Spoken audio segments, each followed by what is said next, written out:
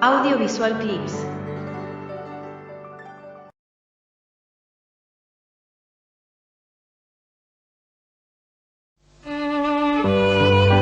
Hablaremos esta noche de William Mambler, que era un señor que vivía en los Estados Unidos. Ubiquémonos allí, allá por las décadas de 1850 y 1860. Por aquel entonces, algunos fotógrafos y daguerrotipistas experimentaron con nuevos efectos, sobre todo en aquel que llamaban doble exposición. Algunos fotógrafos sin escrúpulos se dieron cuenta de que podían explotar estas técnicas para obtener un beneficio económico. Contaremos la historia de William Mambler, que según él mismo decía, era capaz de fotografiar a los espíritus. Discúlpeme, pero mire cómo se me ha puesto Señor, por favor. la piel. El contexto lo ayudó. En 1860 Estados Unidos estaba en plena guerra civil. Había muchos muertos, mucho dolor. Los supervivientes, desesperados por encontrar algún signo de vida duradera, se aferraban a cualquier esperanza. Mambler se inició en el arte de la fotografía espiritista por accidente en 1861, cuando tenía 29 años y trabajaba de joyero en Boston. Un día, mientras estaba trabajando en un autorretrato, descubrió la forma misteriosa de una chica joven en el negativo. Bueno, Mambler mostró la placa fotográfica a sus amistades, diciéndoles que era muy parecida a una prima suya que había muerto. Casi sin promoverlo él, los que vieron la foto dijeron que efectivamente era la prima afinada y lo felicitaron por el milagro. Claro. Todos tenían ganas de creer. Claro, cuando uno Sí. tiene ganas de creer, cree. La noticia empezó a difundirse y la verdad es que el espíritu de su prima, con toda probabilidad, no era más que el residuo de un anterior negativo capturado con la misma placa. Pero Mambler vio el filón. Acababa de nacer la fotografía espiritista. Mambler largó su trabajo de joyero y abrió su primer estudio. Su mujer, Ana, se unió al negocio. Era Hannah, en realidad. Hannah era la encargada de recibir a los clientes, con los que acostumbraba a tener una pequeña charla en la que solían hablar, bueno, de los espíritus que querían ver aparecer antes de pasar a la sesión fotográfica propiamente dicha. Mambler, decía, se encargaba de canalizar hacia la cámara la fuerza que circulaba a través de él mismo. Bueno, tan simple como eso, ¿no? Lo que se veía en la foto como resultado era a uno mismo sentado donde Mambler le decía, y alrededor, a veces tomando nuestros hombros o flotante o a un costado, la imagen brumosa del ser querido finado. Los honorarios de Mambler eran exorbitantes. Cobraba 5 veces el precio habitual de la época e incluso sin garantía ninguna de que aparecieran espíritus. Y muchas veces así ocurría y sus clientes tenían que pagar por varias sesiones fotográficas hasta que por ahí aparecía algún muerto querido. Los fotógrafos de Boston estaban muy enojados. James Black, uno de ellos, creía que todo era un engaño. Black apostó $50 con Mambler a que sería capaz de descubrirlo. Examinó la cámara, la placa, el sistema de procesado de Mambler, incluso llegó a entrar en el cuarto oscuro con él. La crónica habla de la asombrosa incredulidad de Black cuando una imagen con forma fantasmagórica apareció en el negativo. Y esta revelación parece que lo hizo salir rajando al incrédulo Black. En 1863, en un ensayo para el Atlantic Monthly, Oliver Wendell, otro fotógrafo, no solo explicaba paso a paso las instrucciones para obtener una doble exposición, sino que además hacía referencia a la popularidad de las fotos de Mambler. Con un fondo apropiado, fotografías así son un refugio para las mentes débiles, dijo Wendell. Para él, una madre que acababa de perder a un hijo y que quería tener una foto de su espíritu, bueno, se conformaba con poco, ¿no? Una mancha con apariencia de ropa de niño en la foto o una confusa forma redondeada bastaría para convertirla en la cara del niño. El negocio de Mambler empezó a tambalear por algunos errores. Incluso algunos prominentes espiritistas que estaban de su lado, habían quedado atónitos al descubrir que algunos de los espíritus que aparecían en las fotografías de Mambler eran personas que todavía estaban vivas y que habían quedado como residuo en las placas y que él usaba como tía, como primo, como padre o hermana de cualquiera. En otros casos se acusaba a este niato de haber entrado en las casas de los clientes y haber robado fotos de los familiares muertos. Cartas enviadas a los periódicos dieron a conocer estas dobles exposiciones y la reputación de Mambler se resintió. Mambler decidió que era mejor mudarse a otra ciudad. En 1868 llegó a Nueva York.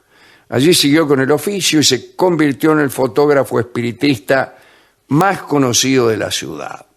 Y otra vez el éxito lo puso en la mira de los escépticos.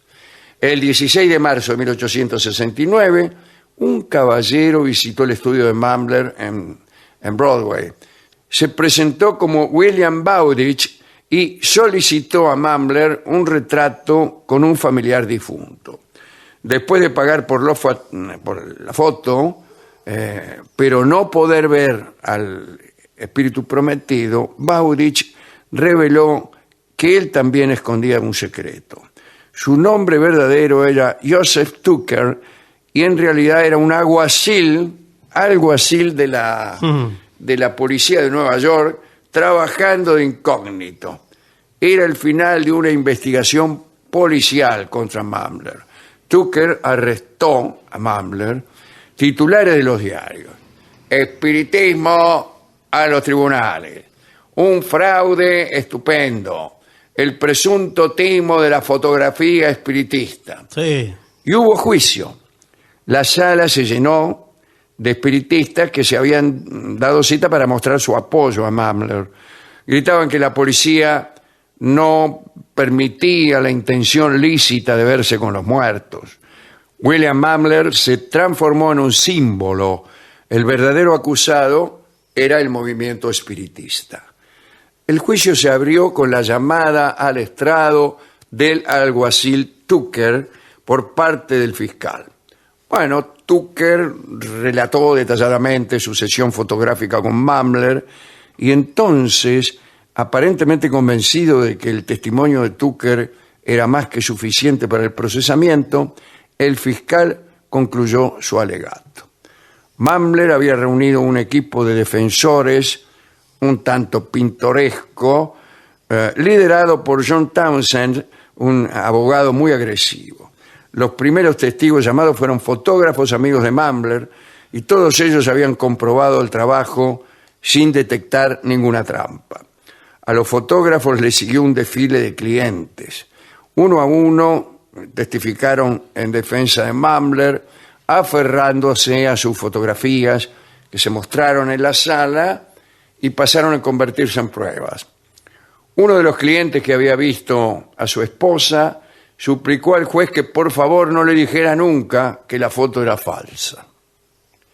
Con estos testigos, la defensa había puesto en serias dificultades al fiscal. ¿Cómo podía Mambler ser acusado de engañar a gente que claramente sostenía ver a sus seres amados en la fotografía? Bueno, la acusación se dio cuenta de que había cerrado su caso demasiado pronto y de que el testimonio del alguacil sería insuficiente para probar el fraude de Mambler. Así que reabrieron el caso. La fiscalía llamó a declarar a su propia batería de fotógrafos, cada uno de los cuales explicaba con sumo detalle como usando exposiciones dobles o cómplices disfrazados, lentes y otros trucos, Mambler podía crear sus apariciones. Apareció hasta Phineas Taylor Barnum, que fue llamado como testigo de la acusación y ofreció una de sus más grandes actuaciones. Como rey nacional de la farsa y el espectáculo, causó sensación. Recuérdase que este Barnum es el del circo, ¿no? El del circo Barnum, que estaba lleno de seres falsos. Barnum hablaba de una compra de fotografías espiritistas falsas unos años antes para su museo. Durante su testimonio, Barnum aseguró que la persona a la que había comprado esas fotografías no era otro que William Mambler. Digamos que Barnum no quería que nadie compitiera con él en el campeonato de falsarios y mentirosos. El abogado defensor aprovechó la reputación de farsante que tenía Barnum para desacreditarlo. Dijo: es un hombre que apesta a fraude. El abogado también le recordó algunas de las curiosidades que Barnum había exhibido en su museo, como la sirena de Fiji o el caballo lanudo. El juez dio un veredicto ambiguo. Daba la razón al fiscal, afirmando que estaba moralmente convencido de que Mambler utilizaba el engaño y el fraude. Sin embargo, ponía en libertad al fotógrafo. El fiscal había sido incapaz de señalar qué engaños usaba Mambler. Y entonces lo liberaron y junto con sus camaradas celebró muchísimo esta liberación. Inmediatamente después del juicio decidió dejar Nueva York y volver a Boston, donde abriría otro estudio fotográfico, aunque mucho más modesto. Mambler continuó con su extraña profesión, fotografiando a los supuestos parientes muertos de personas que buscaban consuelo. Pero su foto más famosa la realizó justamente en esta época, a final de su carrera. Se presentó una viuda de negro, tapada con velo y dando un nombre falso, es decir, no se sabía quién era. Pidió sacarse una foto. Dijo estar destrozada por el asesinato de su marido y la muerte de 3 de sus 4 hijos antes de cumplir los 18. Había recurrido hacía tiempo al espiritismo para obtener consuelo, pero no había conseguido nada. Decidida a no dejarse engañar, no reveló su rostro hasta justo el momento de la foto. Mambler no la reconoció, o eso aseguraba, hasta el momento de revelar la fotografía, el momento en que el espíritu de su marido apareció detrás de ella, apoyando sus manos sobre sus hombros. Y la mujer era Mary Todd Lincoln, viuda de Abraham Lincoln, que se llevó, agradecida, emocionada y creyente, una foto con la figura etérea de su esposo tomando sus hombros. Mambler murió a los pocos años, en 1884, en la más absoluta pobreza. Nunca consiguió recuperarse de los gastos que le costó su defensa en el juicio. Pese a todo, Mambler mantuvo hasta el final que él era únicamente un mero instrumento para la revelación de la hermosa verdad. Para que nadie pudiera probar lo contrario, Mambler destruyó todos sus negativos poco antes de su muerte.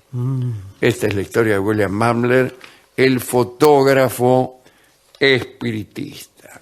Además me gusta porque son más fuertes, resultaron más fuertes las evidencias de los espíritus que del fraude. Sí. De modo que siempre así quedó. Así, ¿no? Un párrafo también para Mary Todd Lincoln, que según parece fue una persona que arruinó la vida de Abraham Lincoln.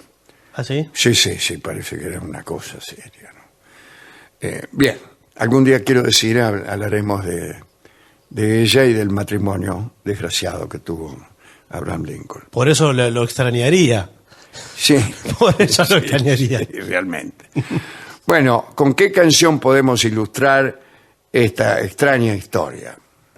Vamos a escuchar el tango Nubes de Humo, que evidentemente fue compuesto en atención a estos sucesos. Bueno, no está confirmado eso, ¿no? Porque Yo diría que es evidente que es un tango que se refiere a las apariciones en las fotos que tomaba este hombre, William Mambler. Nubes de humo, obviamente. Bueno, no, obviamente no sé. Creo que el tango habla del cigarrillo también. No, ¿qué y de cigarrillo, y de señor? las Estos confesiones. son espectros. Vamos a escuchar a Hugo del Carril en este hermoso tango.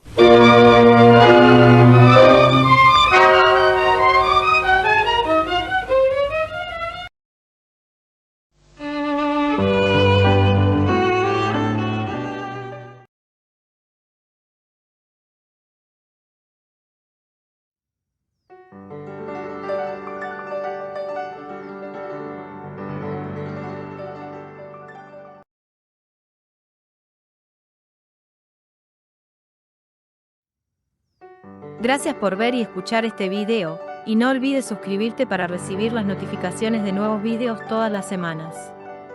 Dale a me gusta si te gustó, y comparte en las redes sociales para que el canal siga creciendo, y trayéndote a los mejores exponentes de las artes audiovisuales.